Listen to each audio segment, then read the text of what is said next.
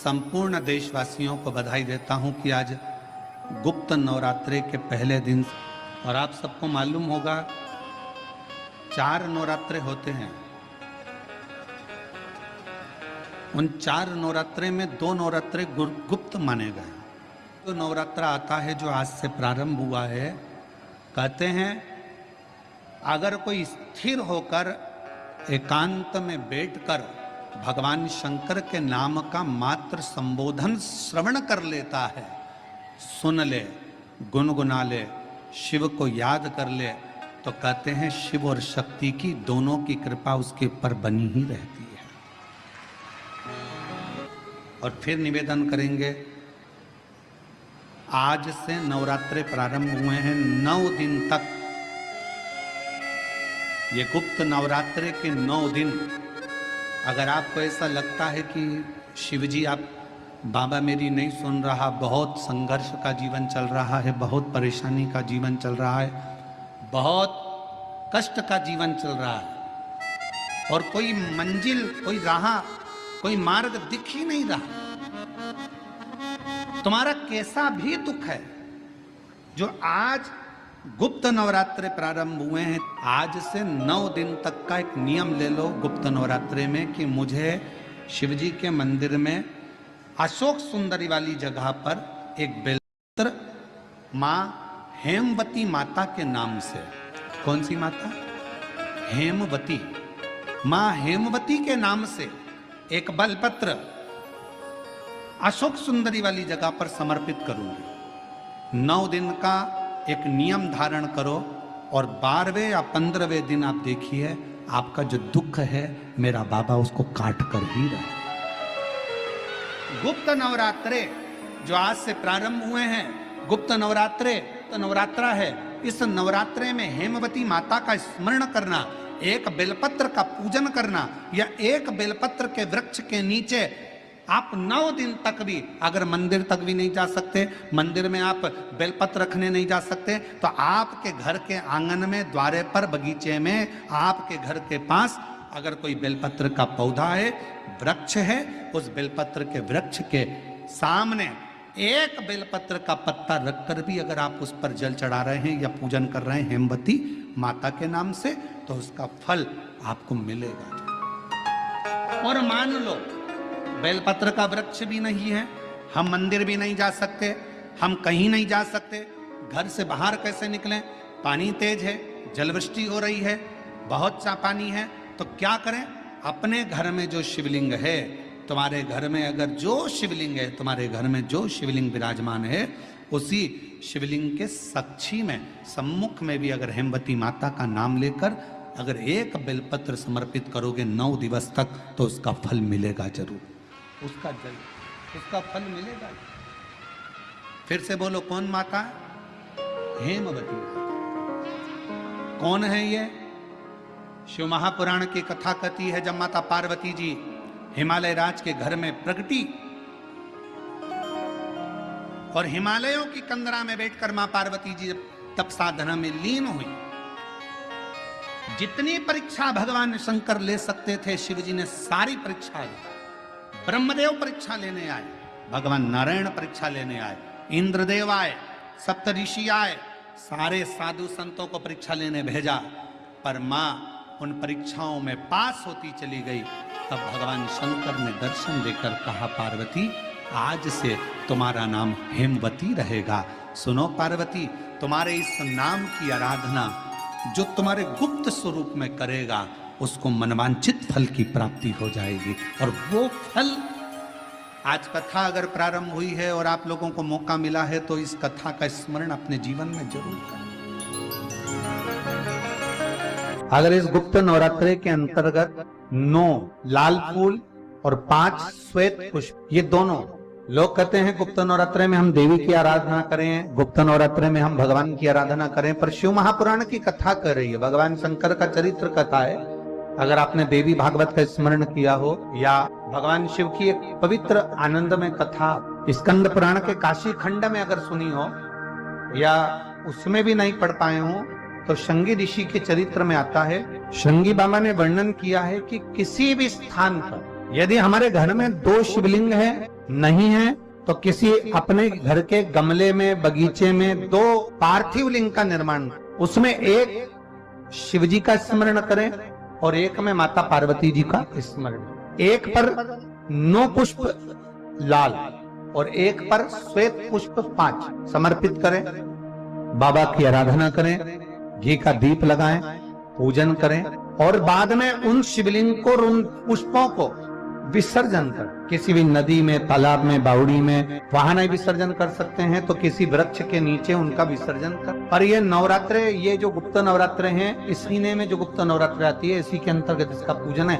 एक बार हमने पहले वर्णन किया था, जिसके यहाँ संतान नहीं होती उसके लिए भी पहले जो आषाढ़ के महीने में जो गुप्त नवरात्रे आते हैं उसका स्मरण कराया था। चाहे गुप्त नवरात्रे हो, चाहे सर्व नवरात्रे हो, केवल देवी की आराधना कर रहे हैं और सोचें कि हम माता जी की आराधना कर रहे हैं और माता जी हम पर प्रसन्न हो।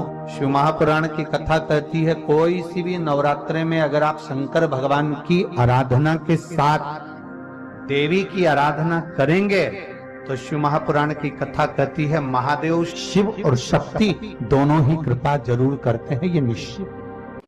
अगर हम शिव महापुराण की कथा को देखें तो माता पार्वती जी अपने तप को कर रही हैं। माँ जगज्जननी, माँ अम्बा, माँ जगज्जननी दुर्गा भवानी, अष्टभुजा धात्री माँ दुर्गा, माँ भवानी, माँ देवी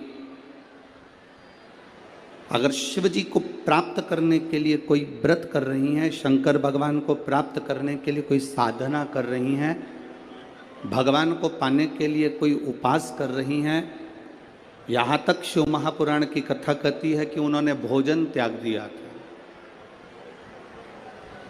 जल त्याग दिया था, फल त्याग दिया था। शिव महापुराण की कथा कहती है केवल वृक्ष की पत्तियों को ग्रहण करती थी, वृक्ष की पत्ती को भी छोड़ दिया था। दुर्वा का एक छोटा सा अंश मां जगज्जननी माता पार्वती ग्रहण कर रही थी,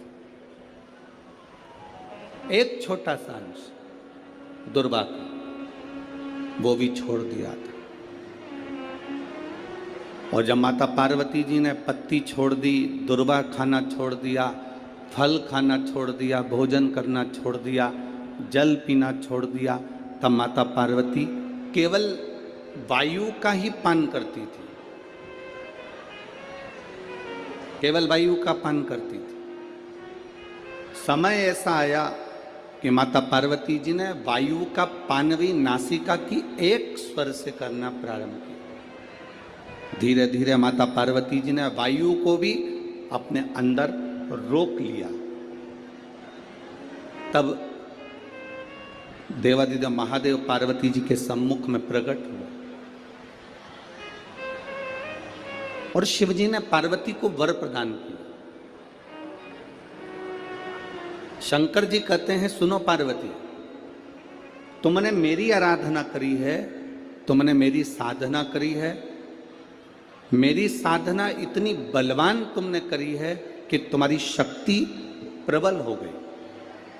पार्वती, आज मैं तुमको 2 वर देता हूं।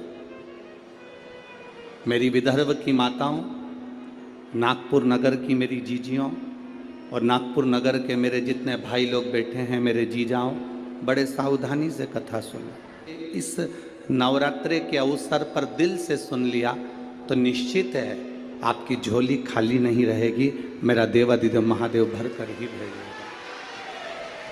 ये रीते क्या भारत खाली ना जाता कोई दर से तुम्हारे,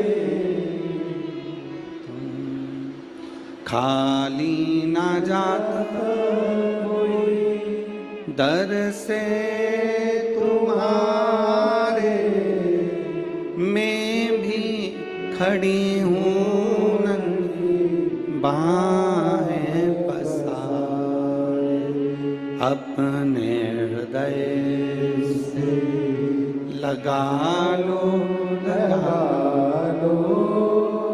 गिरा जा रहा हूँ, उठा लो प्रभु अपने दर से अब तो न टालो, गिरी जा रही हो उठा लो। शिवजी ने माता पार्वती को 2 वर दिए और वो दोनों वर आपके ध्यान में रहना चाहिए, आपके स्मरण में रहना चाहिए। शंकर भगवान ने माता पार्वती को 2 वर दिए जब माता पार्वती ने तप साधना करी। पहला वर मां पार्वती जी को देते हैं भगवान देवादिदेव महादेव, जो नारी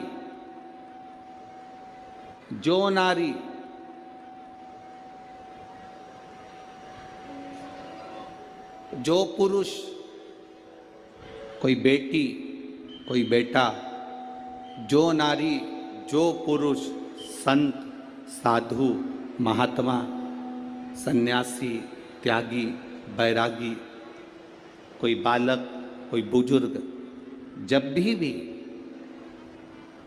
किसी व्रत को धारण करेगा,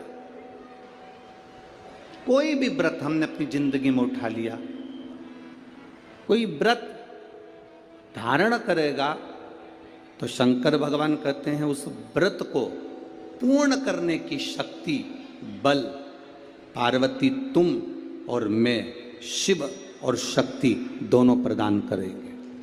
जब भी कोई व्रत उठा,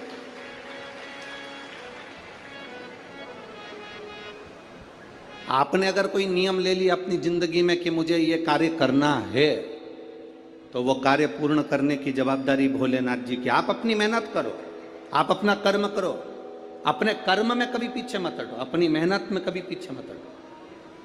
आपने सोच लिया कि मुझे डॉक्टर बनना है, आपने सोच लिया कि मुझे इंजीनियर बनना है, आपने सोच लिया कि मुझे एक अच्छा अधिकारी बनना है, तो मेहनत तुम्हें करना है, जितनी कर सकते हो उतनी मेहनत।